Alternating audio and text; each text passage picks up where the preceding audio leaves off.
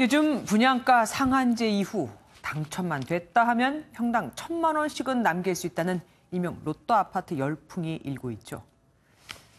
그래서인지 불법으로 당첨된 사람도 참 많습니다. 그들의 행위를 살펴보면 입이 쩍 벌어질 정도죠. 우선 청약을 위해 번갈아가면서 이혼과 재혼을 반복하는 부부들이 있습니다. 이 과정에서 부인을 무주택자로 만든 뒤 당첨이 되는 거죠. 또 서울 송파구에 살던 어떤 사람은 강원도 횡성으로 주소를 옮겼다가 다시 경기 하남으로 또다시 횡성군으로 3년 동안 수도 없이 위장 전입을 한 결과 지난 5월 이 로또 아파트의 지역 거주자로 당첨이 되기도 했습니다. 국토교통부가 조사한 결과 2,600명 당첨자 가운데 불법 당첨자는 무려 108명이나 됐습니다. 문제는 이런 불법 청약자들이 버젓이 당첨되고 있는데도 정부는 청약자가 누군지도 모르는 깜깜이 청약을 계속 받고 있다는 겁니다.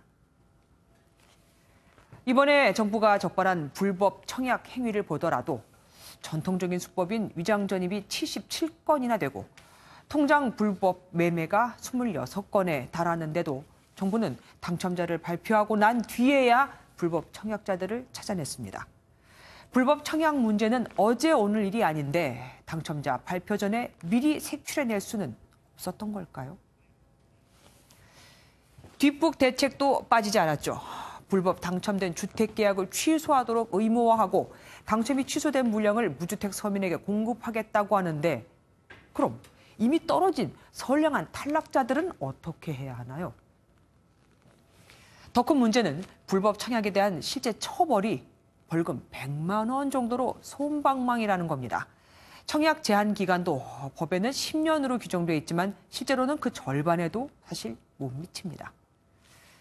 국토부는 지난 3월에도 수도권 과열단지를 집중 단속했다고 하지만 위장 전입, 위장 이혼 등으로 매번 속고 있으니 그럼 단속이라는 말이 무색해지는 거 아닐까요?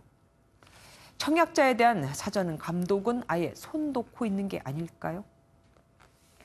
정작 아파트에 당첨됐어야 할 사람은 이미 억울하게 떨어졌는데 사후 약방문이 무슨 의미가 있겠습니까?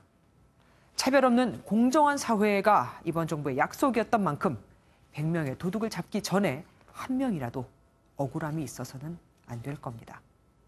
뉴초점이었습니다.